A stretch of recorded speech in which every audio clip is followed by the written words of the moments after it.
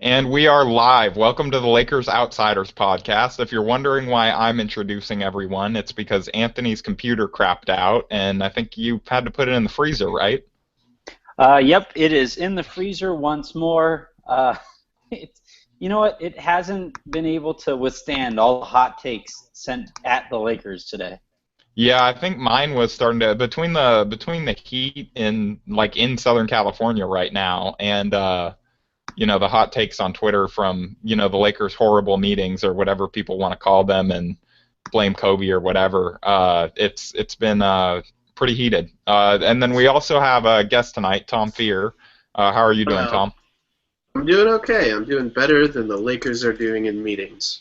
In other words, from the sound of you're things, breathing. That doesn't sound like it's hard, but Yeah, Tom is better only because he is breathing and sitting upright. I think that's qualifies. Got beat up a couple times today, mugged, Yeah.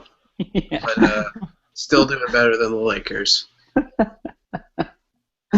Oh man, poor Lakers. I guess we just dive right in, right? I mean, the first bit of news today was that the Lakers did not blow away LaMarcus Aldridge with their meeting, and then you find out afterward that the Spurs were able to dump Thiago Splitter onto Atlanta to create that amount of cap space, and then after that, the Suns acquired Tyson Chandler and have that to throw up at LaMarcus Aldridge. At this point, Tom, what would you rate the Lakers' chances of actually acquiring LaMarcus Aldridge? I mean, it sounds like it's 0, but just because whoever knows, I'll say 1%. 1%. Are you able to go? If that was the over/under, Harrison, how would you bet?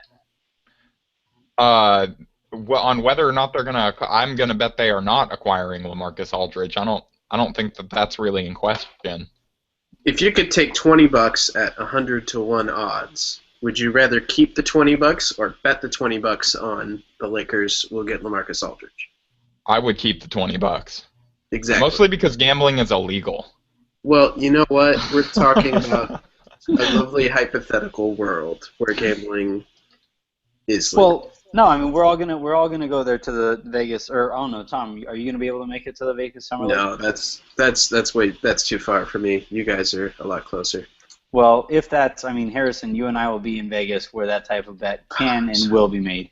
So jealous. Yeah, it's going to be awesome. I just got my credential email today. I wasn't sure how to react to that without losing my credential, so I just decided to refrain. Good stuff. Congratulations, man. Thanks. But no, I mean, just because of the person I am, I would put the $20. I would make that wager just because why not? It could pay off. What is that? $20,000? $101? $2,000. There you go. Yeah. See, this is why you should not be allowed to gamble. Guys, I won $2 million. I can afford Sacre. 2 Sacres. No, I'd make the wager and roll with it, but I wouldn't feel very good doing so. And I mean, the question begs asking, right, Tom? Is it that terrible a news that they aren't going to get him? No, I mean, no, I think most people thought from the beginning that it was going to be a long shot for the Lakers to get Aldridge, but I think people weren't pleased with at least some of the reports of how they were sort of perceived. It sounds like they just went in and they apparently did not have an idea of what Aldridge wanted to be pitched towards and tried to sell him on marketing and TV stuff and it's Hollywood and that sort of stuff, and it sounds like he wanted them to talk more about basketball stuff. Weird. The basketball player wants to talk basketball. Yeah. I have a question. Do you guys think that the leaks from the meeting about the strength of the pitch would have been better or worse if the Lakers had actually let Kobe Bryant and Byron Scott go in there and talk about how they wanted LaMarcus Aldridge to play for an extended period of time? Well, I guess. Do you think the meeting would have went better or worse? I mean, guess from the way that he reacted to it, I guess better. Although you make a good point.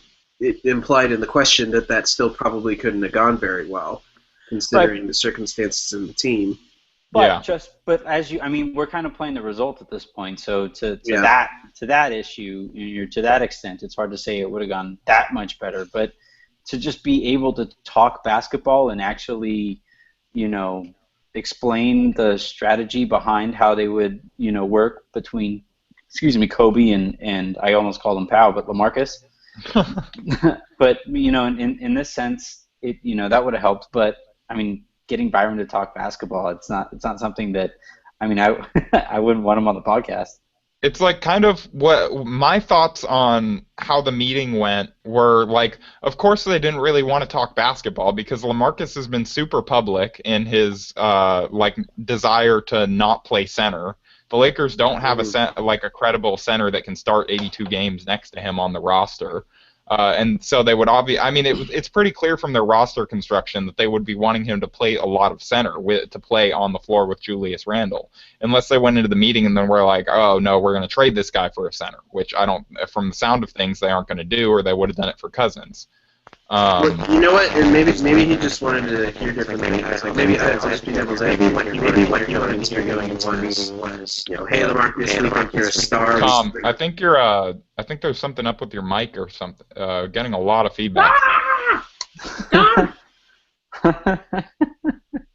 No, I guess while Tom finds the aliens who hopped into his headset. Yeah, really, that was weird. The Joker is just we have a really high budget on Lakers Outsiders, people. We can't say this enough. But we from the standpoint of with Aldridge, that's better. That's better. You sound better. From the standpoint of with Aldridge, I guess it didn't hurt as much to find out how that meeting went or how it didn't go as well. But to now, unless we're done talking about Aldridge, to now extend that to the way it went with DeAndre Jordan, and then even to a certain extent with Greg Monroe. Like even Greg Monroe left that meeting, you have to feel like, and said, well, why the hell do we even meet right now? You guys didn't even want to, there was no even implication that they wanted to sign him to a deal, right? So that's 3 meetings now where all 3 guys walk away and say, these are the Lakers? You guys are the Lakers? I actually missed some of the Greg Monroe news. What were the tidbits coming out of that meeting that we know of? Well, I had heard reports that it didn't even feel like, from at least one side in that conversation, that they didn't, that Monroe was hardly even offered a deal. They didn't even offer him a max contract. Right. So which I thought was interesting because everybody's been saying that's all he's going to take. Right. Why did you even fly out to DC? Right. Yeah, I don't super get why they would even go there if they weren't going to offer him the max. And to take that a step further now with LaMarcus, or with I'm doing the same thing I'm criticizing the Lakers for, but by flying out to DC and then flying back today to meet with DeAndre Jordan, I think I saw the term that he felt like it was a whirlwind tour for the Lakers, and he just he didn't actually say this, but you have to think that he felt like the last girl in the long line of a speed date session, right?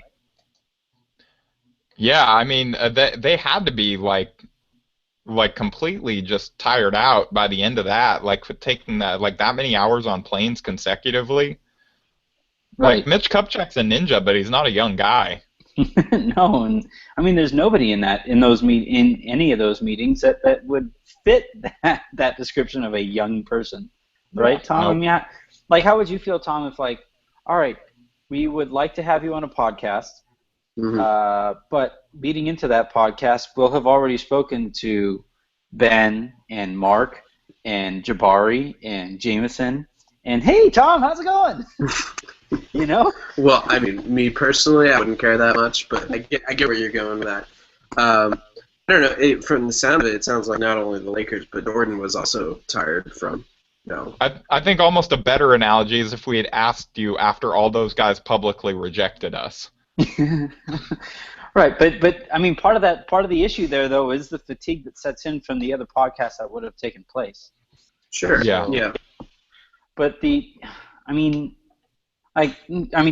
continue that albeit slightly forced analogy. We'll go there, yeah. But I mean, all right, Tom, we're going to talk to you after having talked to all those guys, And even after we get a criticism from all those guys of the way each podcast went, the topics were kind of droll. I spoke for way too long. They never got to say anything. Harrison came on and told everybody he was going to teach them how to win. And then we came on and had the same exact conversation with you, right? And eventually you hope the Lakers say, you know what, this isn't working very well. Let's actually talk about basketball for a change.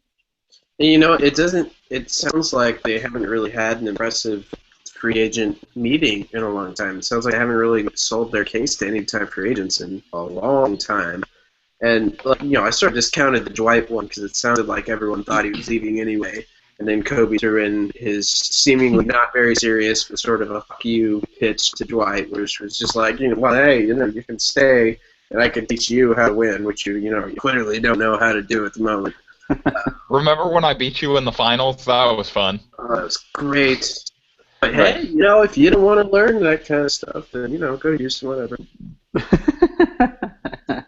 I guess on the other side of this coin, though, is that we already spoke about the expectations going into any conversation with these guys, right? That it was a long shot to get Aldridge. It was even more so to land DeAndre Jordan. And even if the Lakers, I guess it could have been likely that the Lakers, if they really, really wanted Monroe, they could have got him. But now you're talking about duplication at a position where they just drafted, or not just drafted, but they have somebody returning who is a high draft pick. The other side of the coin is taking all that into account and saying, whatever that emoji would look like, and I just got sick of, and you guys can disagree or agree with me on this, but the amount of cheap shots that were lobbed the Lakers' way today was just mind-boggling, right? Yeah, there's a sizable contingent of people, like on basketball Twitter, or reporters or bloggers or writers that seem to be, for the most part, very smart, very funny, very reasonable, very objective. Maybe some of this is bias from our end because we don't like them taking shots at our team. But it does seem like there's a decent amount of people that just love to shit on the Lakers whenever they can, and especially Kobe. Right. I mean, that tweet that said that Kobe and LaMarcus didn't gel right, that almost blew right. Like the quote from I think it was either Bresnahan or Medina, I forget which one it was, but it was Kobe and Aldridge also didn't completely gel with one another. It sounds like he didn't quite get the answer from what he needed, and then later it said that Aldridge asked Kobe how he envisioned playing together, and Kobe gave some pitch of I played together great with big men for a long time, similar to Pau Gasol, we won 2 titles together. And if Aldridge didn't like that answer, it's fine, but it's not like Kobe's in there sabotaging the Lakers' future or anything, which is how it was construed on Twitter. Yeah, people were taking it as he meant that as an insult, and I guess if I guess I can see how maybe he would take that as an insult. He thinks that if he were to think that Kobe was saying you're going to come here and be my second banana. Right, but again, we don't know what the quote from Kobe was. Yeah, exactly. We don't have his direct quote, so we don't know exactly what he said or how LaMarcus would have taken it. But what I took away from what Bresnahan said was that he was just envisioning them being a really great 1-2 punch. I mean, that's how I took it. Of any player that he's played with, Kobe has about as much respect for Pau as any of them. Yeah, that's how I took it too. And you could lob the criticism of, well, obviously Kobe's still delusional. He thinks he's some, fantastic player that's going to be a legitimate all-star again, which he's probably not going to be. But he's going to be an all-star again. Well, is he going to deserve I said legitimate. Yeah, okay, I got you. At the same time, what do you expect? I mean, it's Kobe. I imagine in 5 years, LeBron's going to feel the same way, even if he's fallen off a cliff. But you go ahead. Well, I would. I guess if we were to pick nits here, right, instead of bringing up the Kobe Pau situation where Kobe was the top dog, I guess hypothetically speaking, and the criticism, again, playing the result here, was that he could have said, well, look, I was able to, take a step back for 3 titles with Shaq, right? And had he said that, then, yeah, maybe you're now talking you're having a different conversation. But all that said, you're expecting this guy who did go through immense criticism, people saying that he ran Shaq out of town, and then came back, won 2 titles despite, everybody saying that he only won them because he had Shaq on his team. And everybody loves or this guy's most admirable quality is his willingness to call himself a top dog, and you just expect him to turn that off. I think that's kind of unrealistic, right, Harrison? Yeah, I mean, like that's what made him successful, and so the Lakers decided to sign him to like that 2-year extension for $48 million, and to like make sure that he was going to be around, he was going to come to free agency pitches, and you can't really expect him to change. Like that's just how he is. Right.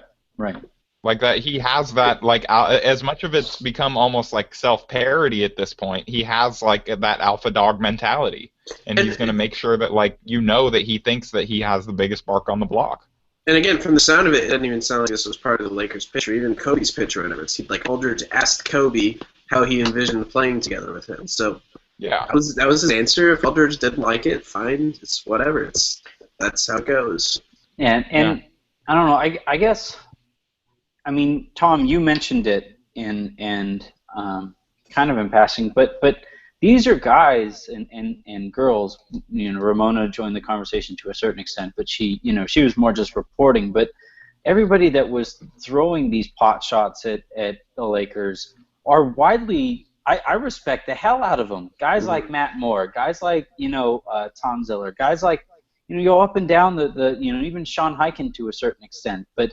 Highkin's lessened a lot. He used to take a lot more shots at the Lakers. And, his favorite thing to do would be to go and retweet, 20 Lakers fans that were saying just stupid things, every week. But that's almost the most irritating thing to me is when these guys retweet, the person with the dumbest argument and, they're like, oh, look, they're all idiots. And people do that with every fan base. It's not just the Lakers. But I've never really gotten that. That's today's straw man fallacy is when people prop up Twidiots and say that they represent any body of people. But with for example, today with Lakers Outsiders, I was controlling the account for a tidbit. I was working as it was going down. But Royce Young. Yeah, you got cyberbullied by Royce Young today. Yeah. But I mean, as that's going on, he's just going on and on about how relying on the weather. If you're relying on the weather to sign free agents, you're doing it wrong. I don't think that's the sole pitch, right? At the end of the day, these guys play an indoor sport. If they're giving a 2-hour presentation on the weather, then I can see why these presentations have been underwhelming. If they're just playing footage of sunsets and stuff. Yeah, Dallas Rain steps in to give the forecast for the next year. Yeah.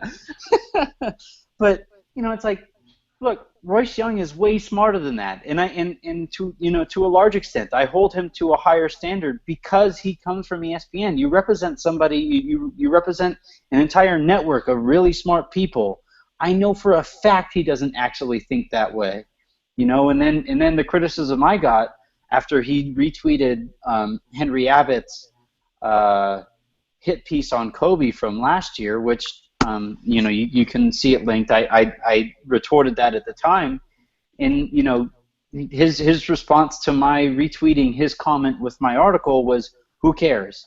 And it's all right. No, he said nobody cares. Oh, yeah, you're right. Nobody Even cares. worse. Even it wasn't better. a question; it was a statement. Right. Nobody cares. So the impression I'm to take from Royce Young, an ESPN employee, and somebody who people listen to talk about basketball with some type of authority is, one, a hit piece where somebody just went out and stacked a deck of cards up against Kobe and retweeted the report and claimed that was some great feat of reporting. Way to go, Henry. And then when I say, all right, well, I very easily poked holes in every single one of those arguments. His response to that is, nobody cares. So, all right, well done, sir. You earned your paycheck today. And meanwhile, all of the smart people from who do blog about the Lakers are sitting here saying, all right, great. You guys are just as bad as the Laker trolls who you claim to hate it so much. I'm sorry, I went on a tirade, but that's how I read the situation. Did I read that? Did I misread that, Tom? No, I mean, and let's be honest, he was tweeting out a piece from Henry Abbott that, Lakers fans discussed, a lot of people discussed for a long time last year. I think it was, actually, no, it was at the beginning of the past season. It was it was right at the beginning. I mean, let's be honest, it was garbage. It was hot garbage. There were so many good responses to it. It would be one thing if this came from, like, Mark Stein or Ramona Shelburne or Brian Windhorst or hell, even Chris Broussard. I would respect that. Henry Abbott, everyone knows he fucking hates Kobe. It's not even a question. Everyone knows. I think probably part of that is he was one of the first people to write one of the articles that was sort of debunking Kobe's clutchness or whatever, and he got a lot of backlash for that. So I can understand how someone might be sort of jaded towards that subject. But very clearly, from that point on, he hated Kobe, and he loved when Kobe failed, and he loved when he heard any sort of rumbling about Kobe not being the perfect teammate.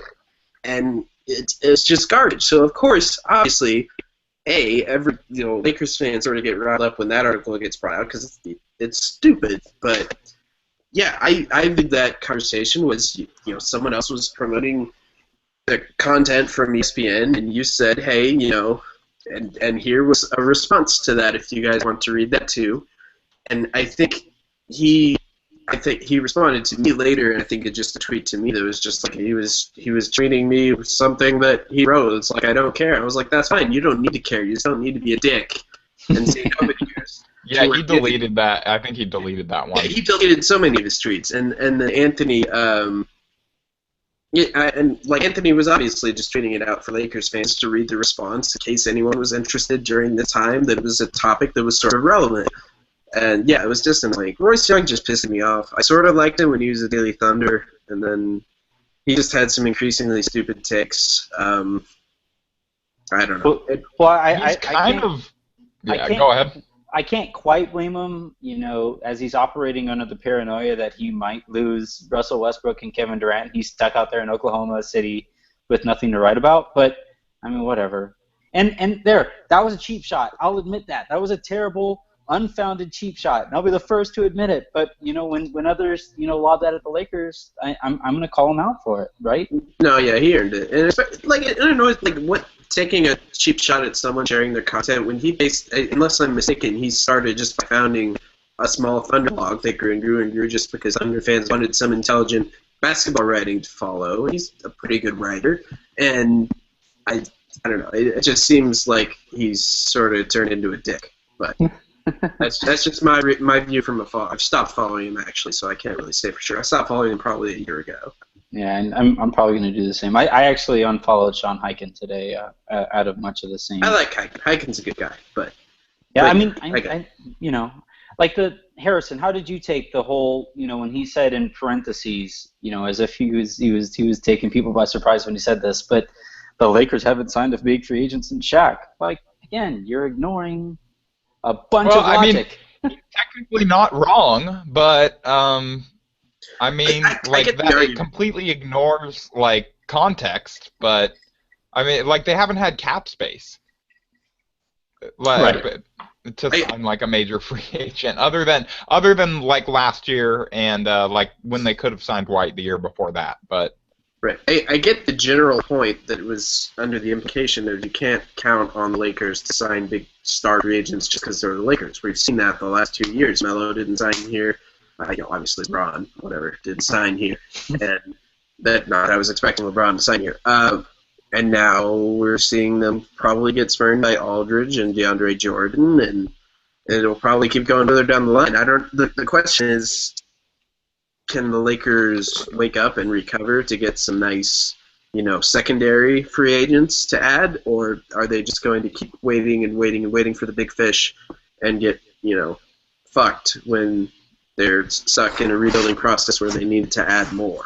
Now, right. that kind of brings me to a plug. We had John Lloyd put up a guest post for us today on why Tobias Harris would be a really good fit for the Lakers, and I know, Tom, I've seen you on Twitter today really trying to publicly lead the charge for him to be a target. Why would you say that?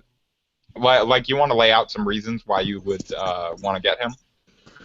Yeah, well, I mean, the first big reason is he's pretty good at basketball. But the second reason, he's only 22. He's going to turn 23 soon. it's unclear whether the Magic would max a big contract. It sounded like they were unlikely when they thought they might get Millsap, but now, no one really knows where they stand now. But I would try and sign him to a big contract, see if the Magic match.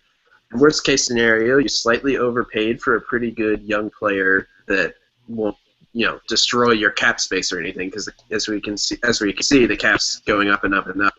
And obviously it would be after a rookie deal max contract, so it wouldn't be like a huge contract or anything. But yeah, Perth, his stats this year, we'll just go per game since it's almost 36 minutes anyway. 17 points, 6.3 rebounds, 1.8 assists, only turned it over 1.7 times, shot 46.6% from the field, 36.4 from three, which was his career best. I really hope you look this up and have it up on your computer screen and not memorize. Yeah, no, you have a sickness if did. not. Okay. No, I have it on the other desktop and I'm swiping between the two. That would be impressive. Yeah, no. If you could just recite those, that'd be amazing. Don't admit that next time, dude. You're. No, but no, he's good. He's super. I think he's younger than Jordan Clarkson. And he is. I think there's room to improve. He can play both the 3 and the 4. I was asking some Magic fans today who would have better expertise on him than I do, whether he's better at the 3 and the 4, and I think they said that he's better offensively as a 4, better defensively as a 3. We've sort of heard that before with some tweeners, but I think he would be an interesting piece. And worst case scenario, he plateaus or goes down a little bit, and maybe you can trade him later for something of a little bit less value than you thought you were getting. But he's pretty good, and he would be a good addition to the roster considering where the Lakers are at right now in their rebuild. Right, and the key thing there, those stats were all great. He did put up some good ones last year. But the number one stat that I heard there was 22 years of age, and he fits in with the current situation the Lakers are heading into this next season with, right? That's why the LaMarcus Aldridge thing, it would have been fun, it would have been great, it would have immediately uplifted the franchise to a certain extent, but did it actually make basketball sense? Mm-hmm. In terms of fit with this young roster? And you could make a case that maybe it didn't. You can make a much stronger one that it did because LaMarcus Aldridge is really good at basketball. But you can make a case that, look, the fit wasn't quite there as it might be with Tobias Harris, right, Harrison? Yeah, that's what I've kind of been saying all along. I think that he made sense from a basketball perspective, just like on the court. I think that they definitely could have made it work if he was willing to play center, and they could have played a little smaller. But just from an age perspective, his game, we've talked about this, it kind of figures to age well with the emphasis on his jumper.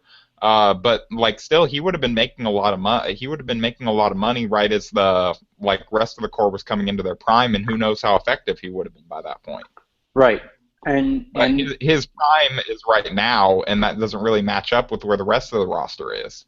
Exactly. No, you hit the nail on the head, right? It's just it all comes down to timing, right? That's just how basketball tends to work, and how a lot of things tend to work. And in this sense, Tobias Harris. Now, Tom, how about this? I'll ask you this question. Given that the Lakers have struck out to this point, and you're starting to see a lot more free agents kind of fall off the board, are you willing to hold up the cap situation for whatever it is? I think it's 3 days to wait until Orlando chooses to match or not? I'm not good at figuring out, how that actually affects things and how it. I would imagine that.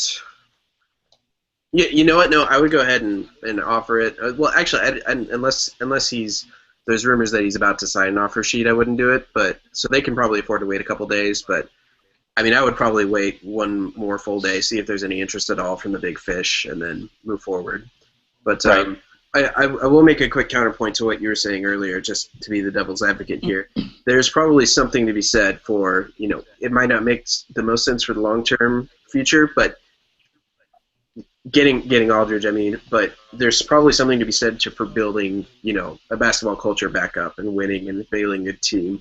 For example, free agents are more likely to go to Phoenix right now than they would Philadelphia, that sort of thing. But yeah, overall, I agree with what you're saying. I'm not devastated on losing out on LaMarcus Aldridge. I said since from the start of free agency, since I didn't think that Aldridge or Jordan were likely, that I would be satisfied with trying for Tobias Harris because he's the young player that makes the most sense that might be attainable, and then trying to go after some big guy, a B-list big guy, whether it be Robin Lopez, Brandon Wright, who got swept up today, Bismack Biyombo even, fine with that. Just take a risk on a B-list big guy for not too much money and not too much years, and just see how it goes. The other guy that, obviously I'm kind of biased here because he is my spirit child, but KJ McDaniels is still sitting out there for a while. For a long time, he was like the talk of the league. I remember Bill Simmons was willing to make him a Godfather offer at season's end while he was still in Philadelphia. Was that a looter and riot situation? Is he somewhere in between how well he played in Philly versus Houston? Is he a target that you would be willing to bring in? He didn't play in Houston, really, did he? No. You can't really 33 minutes total in Houston. How many? 33 minutes. Oh, okay, yeah, so he didn't play at all. He's interesting. It would depend on price, but I would consider giving it a shot. Especially where the Lakers sit now, and if they need a wing, so. Because isn't Houston in the LaMarcus Aldridge sweepstakes too, to a certain extent? I think they presented to him, but right now they don't have the cap space. Right, and that would if the Lakers are if they do kind of force Houston's hand and make some kind of sign some kind of offer sheet with KJ McDaniels, that would force that'd be a Morey move. That's something he would do for sure, right, Tom? Yeah, and I also want to say that it sounds like the reports were that the Rockets had a very impressive presentation. They had a lot of analytics. They had projections, what they thought the best lineups and stuff would be with Aldridge, that sort of thing. And, a lot of Laker reporters were just like, yeah, this is a problem. Like, the Lakers don't do any of this stuff. They're not big on analytics. They don't take these kind of things into consideration when pitching free agents. So I think that's something probably that the Lakers need to work on, too. Right. And go ahead, Harrison. You can talk. I was just going to say that it seems like the Lakers have lost out on Aldridge at this point. Like, there was kind of that late report that, no, he hadn't officially ruled them out or whatever, but, I think it's pretty safe to say that he's ruled out. So if Houston wanted to try and do the same thing that they did last summer and trade one of their contracts to free up cap space to go after a free agent that they wanted. Last summer they did it with Bosch. They dumped Lynn here with their first pick that we used on Larry Nance Jr. Would you help them out again? And if they were willing to offer, I don't know if they have their first round pick this year, so this might be moot. But would you help them out again and take say Ariza? Yes. Or yeah, I think that I would. Well, and the thing we just saw today, for anyone that doesn't know, Philadelphia got Nick Stauskas, who was he was a lottery pick last year. I'm pretty sure. Yeah, that was train robbery. I don't know what happened with that. They also got future first, right, and they got the protected first round pick, and then they got the right to swap first round picks in 2 different drafts, which sound like they'd be far down the line, but that's a lot to give up for a salary dump, which they don't Jason Thompson. Hey. When you got to sign Rondo, Ellis, and Wes Matthews, when you have a chance to make that happen, you got to do it. What the Kings are doing is a whole other discussion at the moment, but that's just an example of you can get good things if you're a bad team and you recognize that, hey, we can take someone's salary and get something halfway decent out of it. The Lakers got the number 27 pick from just willing to take Jeremy Lin for a season. Yeah. Right, and it would be, as kind of miserable as Lynn's fans made parts of last season, Ariza would be the exact opposite thing. That would be an awesome homecoming. I don't think there's a single Lakers fan that has a bad thing to say about Trevor Ariza. Yep. Other than the fact that he screwed himself over in that free agency, and the Lakers still probably could have been able to have him and Meta, but yeah, Well, the thing, if it's a better player like that, like Trevor Ariza, the concern would be, would you have to give up anything of value to get him? Yeah. Obviously, if you can get him for nothing and it's just a salary dump, you do it. But yeah. But yeah, I don't know. I was just trying to think of players on their roster, and I guess if I was a professional, I would have looked it up really quick. So just not using an example, I think the Lakers should be open to salary dumps just to see if they can get picks. Hibbert is another one that I would be interested in seeing what like Indiana would give up to dump him. Sorry, who'd you say? Hibbert. Who would be more likely for Houston to dump though between Ariza and Josh Smith?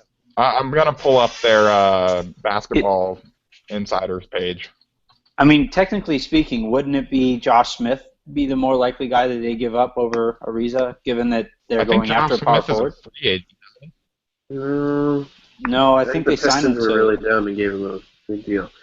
Hold on, pulling it up. Okay, so under contract for this coming season, they have Dwight Howard, James Harden, Trevor Ariza, Kostas Papanikolaou is non-guaranteed $4 million. Patrick Beverley is a qualifying offer of $2 million. Terrence Jones guaranteed $2 million. Mata Yunus $2 million. Clint Capella $1 million.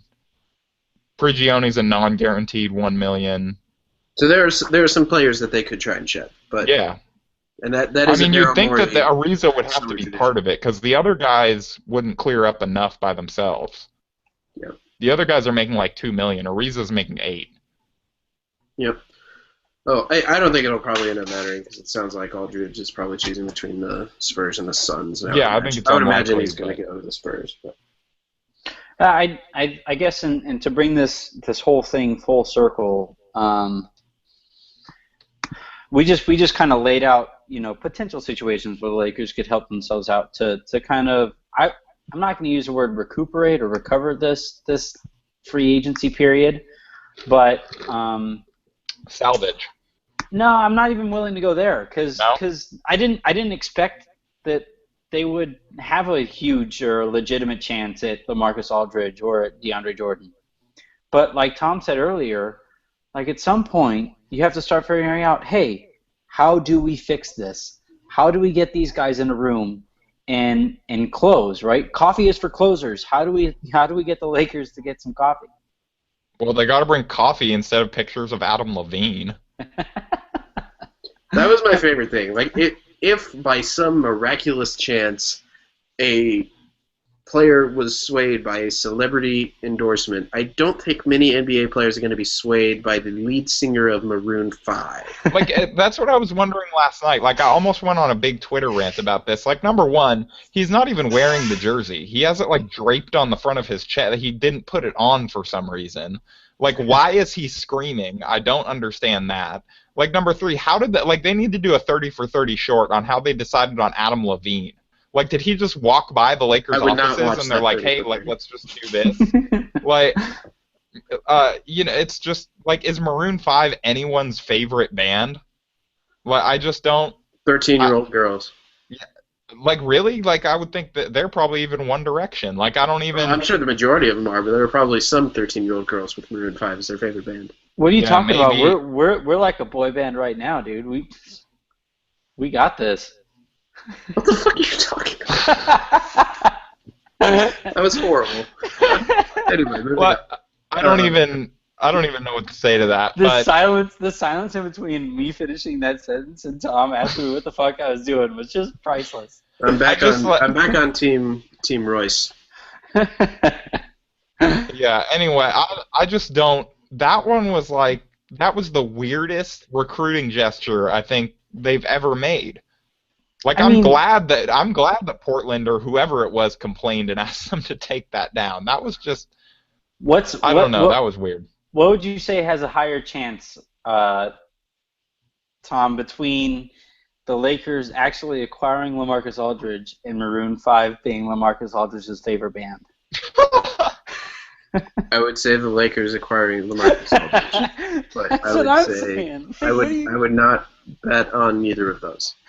I'm willing to make that same. I'd be way more willing to bet on the Lakers acquiring LaMarcus Aldridge than him just. I can't even think of a song off the top of my head. Maroon 5? Yeah, no. There's You don't listen to the okay. radio much, do you? Sugar's on the radio. You know. No, I grew up in yesteryear, so it'd be Oh like yeah, you listen to country music anyway, so you don't even no. And know who Maroon 5 is. They had that like, and she will be loved. Yeah, great yeah, song. yeah. That I'm one. really glad that you sang on the podcast. We are like a boy band now. Exactly. Yeah, and I hit that high note too. No, Nailed but it. Crushed it. on that note, I'm going to go ahead. Harrison, go ahead and send us off. What do we have coming on the site in the next couple of days? Tom, what are you working for with Silver Screen and Roll? I'm not working on a ton right now. I did a DeAndre Jordan profile that I put up today. I might do something on why it'll make sense for the Lakers to target Tobias Harris if that hasn't been done already. I'm not sure. I'll see what I'm feeling like. Good stuff. Tom Fehr always flying by the seat of his keyboard.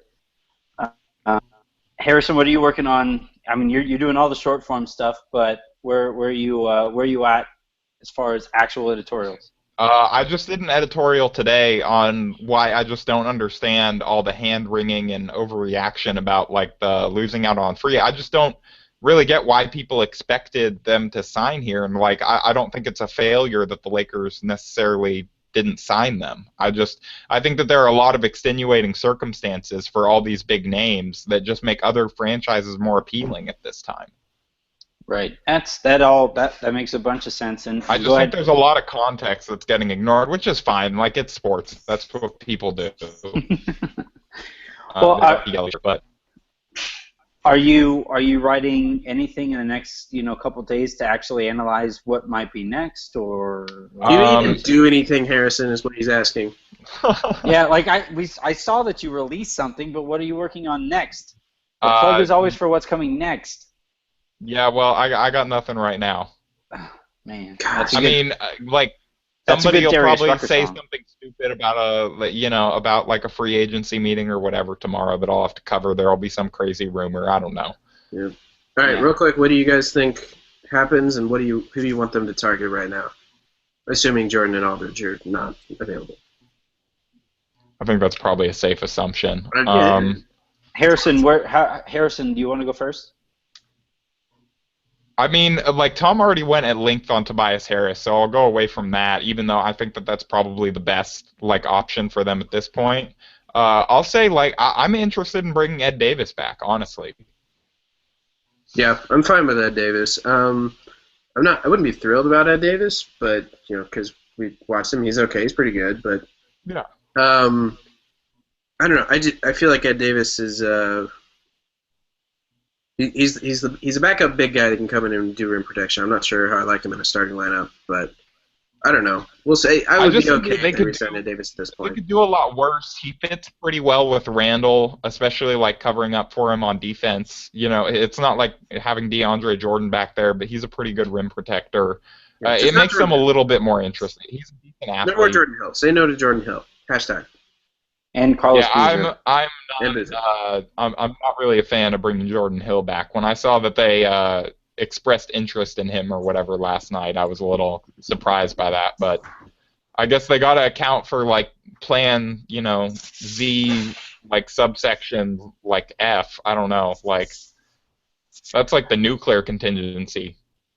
Right. Now, have you guys heard any kind of prognostication on what kind of salary Robin Lopez might command? I have not, and I don't know what it might take. So probably, I would imagine just like high seven figures. Right. So, would you rather have Robin Lopez or Ed Davis at the same salary cap level or salary? Robin Lopez. So that's who I'd rather target first, even before Tobias Harris. To be completely honest. Yeah, Robin Lopez. Like if I could pitch an ideal free agency for the Lakers from now on, it would probably be throw a max offer at Tobias Harris and then throw enough money to convince Robin Lopez to come. That would be good for me. The only thing I'm worried about is how quickly these centers seem to be dropping off the map. Right. Like even. Right. That's the thing. They need to go quickly. Right, like Brandon Wright took a backup role in Memphis, right? And Omer Asik went and re-upped with Pelicans. Pelicans, yeah, New Orleans. And then You have, I mean, Oh, now. he did. I missed that one. Okay. Yeah, now you're looking at Lopez, Biombo, and what? Ed Davis, right? So Yeah, of I'm those, somewhat interested. I'm like cautiously interested in Biombo, Mhm. depending on price. I wasn't that interested in Biombo, and then I talked to a couple Charlotte people that actually really like him, and they know him way better than I do. Because how often did I fucking watch Charlotte last year? But they say like he doesn't really provide a whole lot on offense, but his defense is like really good, and he rebounds really well, and he's still really young, so that would be a guy I'm okay with taking a flyer on too. so they're the Charlotte Hornets, right? Yes. So I guess the website equivalent to which you guys would write for over there would be the Silver Sting and roll. Is that how they would I think go it's about at that? the Hive. And there's a guy I follow that I was talking to about him earlier today. His Twitter handle is Hoop plus the Harm, which is a good handle. Drew Garrison probably just freaking blocked me because of that joke. Which joke? Drew Garrison is not watching this. I hope not. I sure as hell hope not. But no, I'd probably still say Robin Lopez because I feel like small forwards are a lot easier to come by than non-terrible big men. But not young ones. That's the thing. Like, we don't have a whole lot of. I mean, if you can get a young asset right now, that's why I would do it. That's why Tobias Harris would be number one on my wish list right now. Not that I'm like super sold on him as a great player going forward. I think he's pretty good and he's young and you can get him. Yeah. No, I mean, at the end of the day, the Lakers' hands are kind of strong at this point. But just what we can't have. Can we all agree here is they can't strike out on all the second tier guys now, right? Like that just can't happen. I mean, it's possible, but I would say it's obviously. unlikely. No, what I mean is They'll get somebody. I think they'll get somebody. Yeah, I would imagine it's going to be difficult for them not to get someone that we just discussed, but then again, they might, and I don't know. I'm not sure how I'd feel about that. I mean, again, unless their pitch is really Dallas Raines coming in and doing the weather for 2 hours, then they're really in trouble. But I'll just say this. I wouldn't be devastated from a personnel standpoint if they just strike out and don't really add anyone, because from this point on, say you can't get Tobias Harris and Robin Lopez wants to go elsewhere, that's fine. But just like if you don't get anyone, that probably means that the front office is less convincing than we thought going into it. It probably means they really are pretty bad at this. Yeah, I mean, then we'll kind of know. If they don't get anyone, then that's a problem. Yeah. And again, less so from a personnel standpoint, more so a concern of the front office going forward. Yeah. Right. All right. Well, that just about does it on my part, unless you guys have any I guess, closing arguments. Oh, that about does it for me. Nobody cares. Thank you, Tom, for that sign off. All right. Thanks everybody for tuning in tonight. Harrison, go ahead and sign us off whenever you're ready. And All I right. guess we'll be back maybe tomorrow if something monstrous happens. Why not? Yeah, we'll see. All right, thanks for coming on, guys. It's always a blast. Thanks. See ya.